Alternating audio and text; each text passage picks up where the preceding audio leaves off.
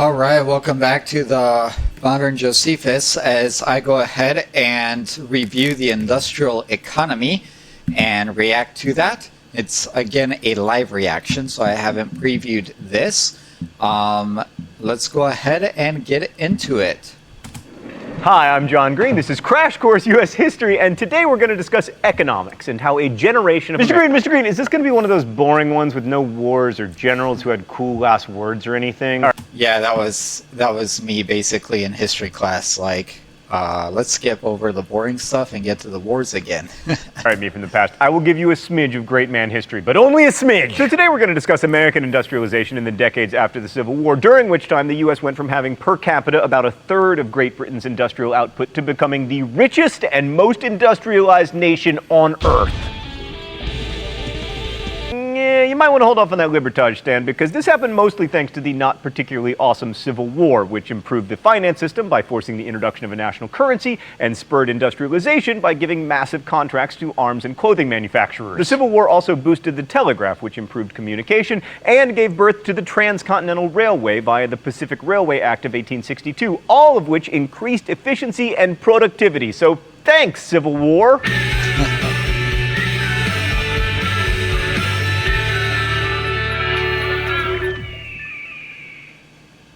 If you want to explain America's economic growth in a nutshell, chalk it up to G, D, and L. Gerard, Depardieu, and Lohan. No, geography, demography, and law. However, while we're on the topic, when will Gerard Depardieu and Lindsay Lohan have a baby? Stan, can I see it? Yes! Yes! Geographically, the U.S. was a huge country with all the resources necessary for an industrial boom. Like we had coal and iron and later oil. Initially, we had water to power our factories, later replaced by coal. And we had amber waves of grain to feed our growing population, which leads to the demography. America's population grew from 40 million in 1870 to 76 million in 1900, and a third of that growth was due to immigration, which is good for economies. Many of these immigrants flooded the burgeoning cities as America shifted from being an agrarian rural nation to being an industrial urban one. Like New York City became the center of commerce and finance, and by 1898 it had a population of 3.4 million people, and the industrial heartland was in the Great Lakes region. Chicago became the second largest city by 1900, Cleveland became a leader in oil refining, and Pittsburgh was a center of iron and steel production.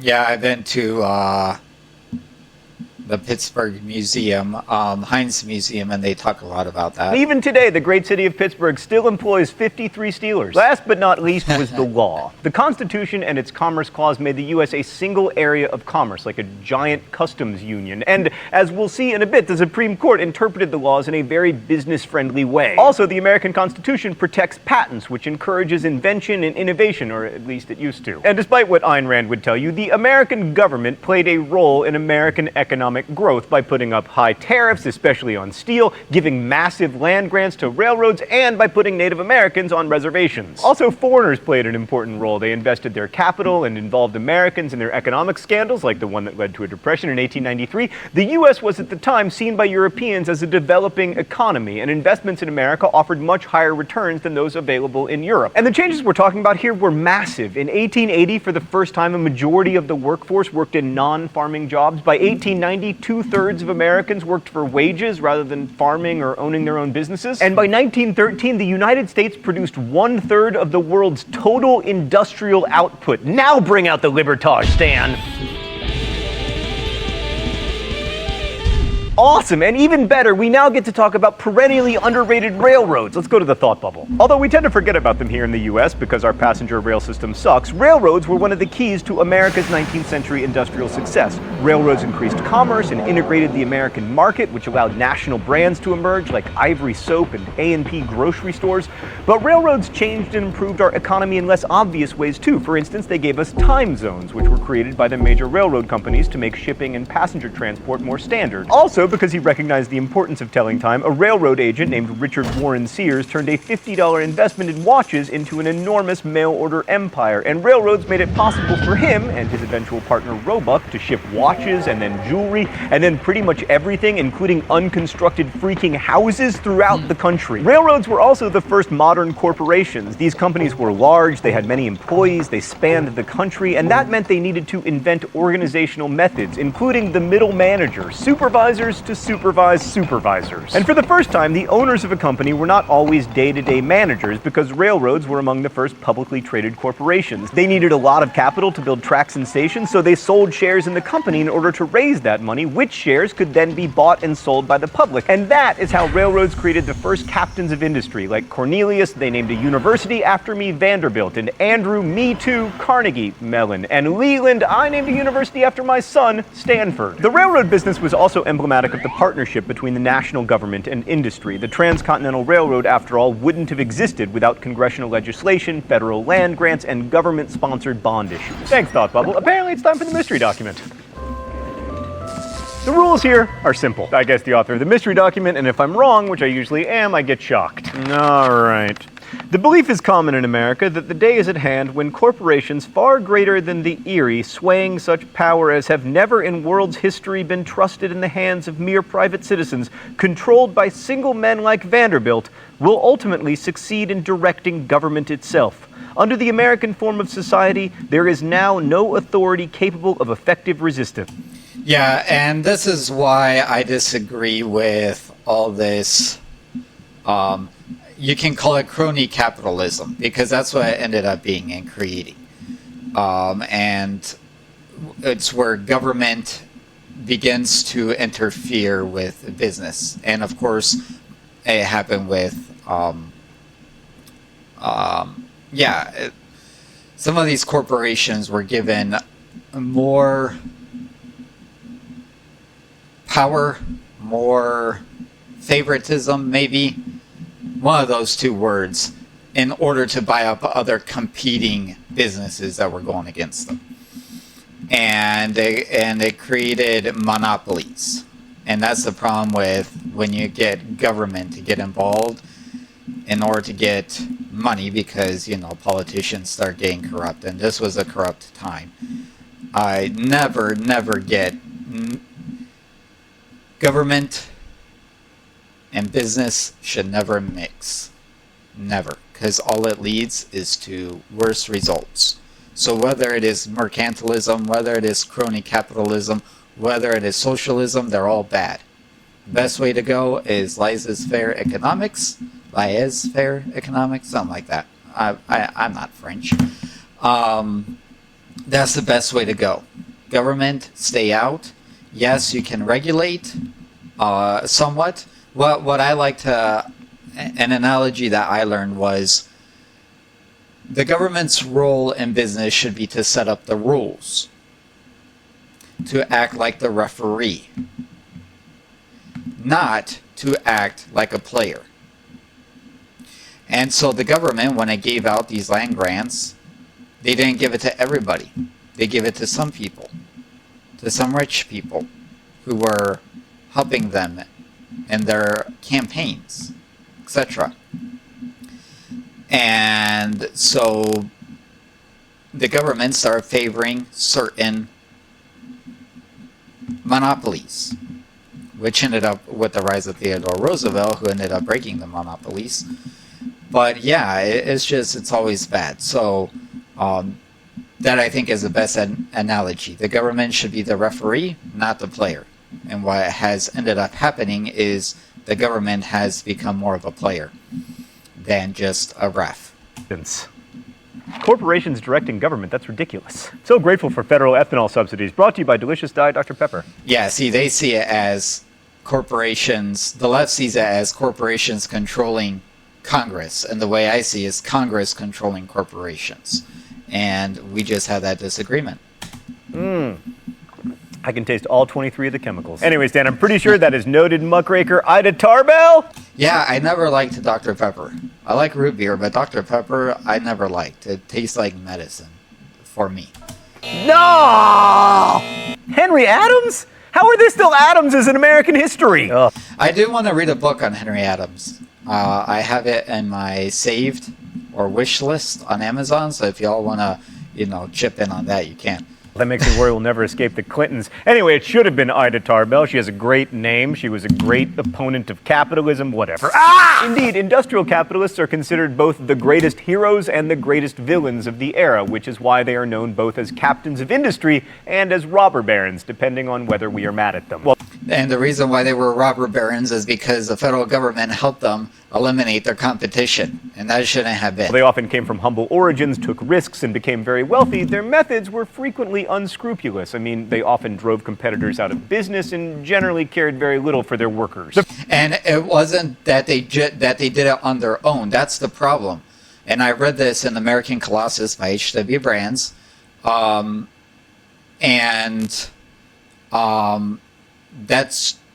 that was the main problem. It was government helping people like Vanderbilt eliminate its competition. So the government created the monopoly, and that's the problem.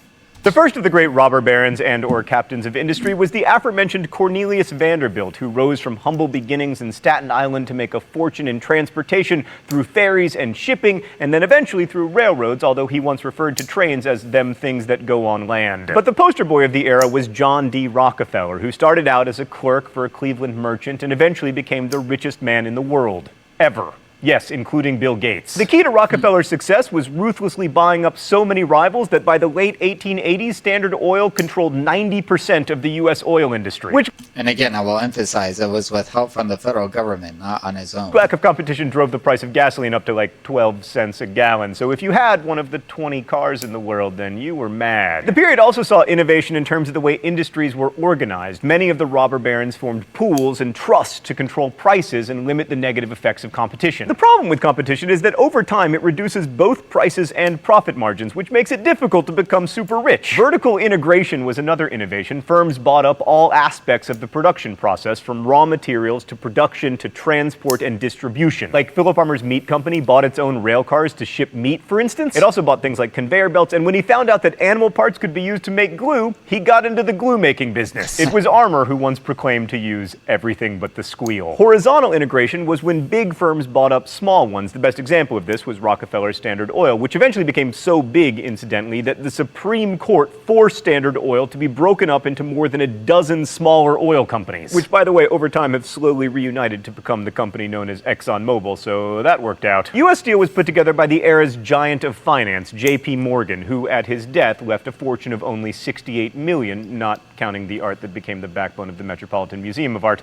leading Andrew Carnegie to remark in surprise, and to think he was not a rich man. Speaking of people who weren't rich, let us now praise the unsung heroes of industrialization, workers. Well, I guess you can't really call them unsung because Woody Guthrie. Oh, your guitar and my computer. I never made that connection before. Anyway, then as now, the benefits of economic growth were shared, shall we say, a smidge unevenly. Prices did drop due to industrial competition, which raised the standard of living for the average American worker. In fact, it was among the highest in the world. But due to a growing population, particularly of immigrant workers, there was job insecurity. And also, booms and busts meant depressions in the 1870s and 1890s, which hit the working poor the hardest. Also, laborers commonly worked 60 hours per week with no pensions or injury compensation, and the U.S. had the highest rate of industrial injuries in the world. An average of over 35,000 people per year died on the job. These conditions and the uncertainty of labor markets led to unions, which were mostly local but occasionally national. The first national union was the Knights of Labor, headed by Terence V. Powderly, which grew from 9 members in 1870 to 728,000 by 1884. The Knights of Labor admitted unskilled workers, black workers, and women, but it was irreparably damaged by the Haymarket Riot in 1886.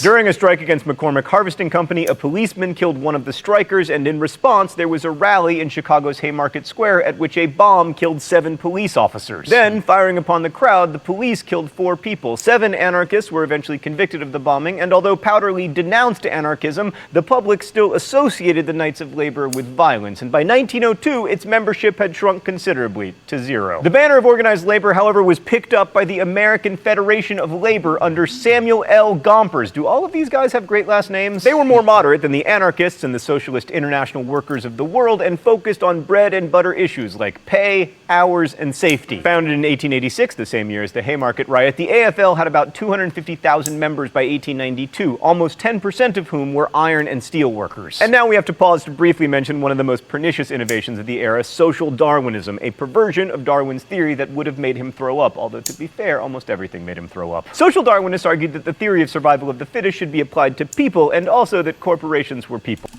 Here's the problem with trying to distance Darwin from social Darwinism, because this is not true. His cousin, I think his last name was Gallstone or something, it started with a G, but his cousin was a big eugenics proponent. And there are letters of Charles Darwin praising his cousin's work. So, here, sorry, I have to call this out as a lie. Darwin supported these ideas. He supported them. Ergo, big companies were big because they were fitter, and we had nothing to fear from monopolies. This pseudoscience was used to argue that government shouldn't regulate business or pass laws to help poor people. It assured the rich that the poor were poor because of some inherent evolutionary flaw, thus enabling tycoons to sleep at night. You know, on a big pile of money surrounded by beautiful women. But despite the apparent inborn unfitness of workers, unions continued to grow and fight for better conditions, sometimes violently. There was violence at the Homestead Steel Strike of 1892 and the Pullman Rail Strike of 1894, when strikers were killed and a great deal of property was destroyed. To quote the historian Michael Lind, in the late 1870s and early 1880s, the United States had 5 times as many unionized workers as Germany, at a time when the two nations had similar populations. Unions wanted the United States and its citizens to imagine freedom more broadly, arguing that without a more equal economic system, America was becoming less, not more free, even as it became more prosperous. If you're thinking that this freewheeling age of fast growth, uneven gains in prosperity, and corporate heroes/villains resembles the early 21st century, you aren't alone. And it's worth remembering that it was only 150 years ago that modern corporations began to form and that American industry became the leading driver in the global economy. That's a blink of an eye in world history terms, and the ideas and technologies of post-Civil War America gave us the ideas that still define how we, all of us, not just Americans, think about opposites like success and failure, or wealth and poverty. It's also when people began to discuss the ways in which inequality could be the opposite of freedom. Thanks for watching. I'll see you next week. Crash Course is produced and directed by Stan. So, unions were okay at the time. I understand why they were doing it, work conditions, things like that. Pay, maybe even. So they had good reasons. Today, in today's world, I don't think they are necessary anymore. Today there's just such a variety of, and those were needed because, as he mentioned, there were monopolies. All right, so where's the only place you can go work? At Standard Oil. That's the only place you can go work. Today, now that we have BP, we have Exxon, we have Shell, we have this, we have that, we have the other thing, now there's competition. And those guys are all competing for workers. And so now we've reached the point where, because there's so much competition, now they have to raise their prices in order to get those workers to work for them instead of the other guy. That's why there's more McDonald's than there are any other restaurant, because they can afford paying $15 an hour, while Taco Bell is still paying like $8 an hour. $8 or $9 an hour. All right? Why? Because competition. And McDonald's can afford in the competitive market to pay their workers more. So, because they make more money. So, in today's world, I don't think there's such a need for unions as there was back then. And, yeah. I'll leave it there. Leave your thoughts in the comment below. Like, share, subscribe. We'll see you next time.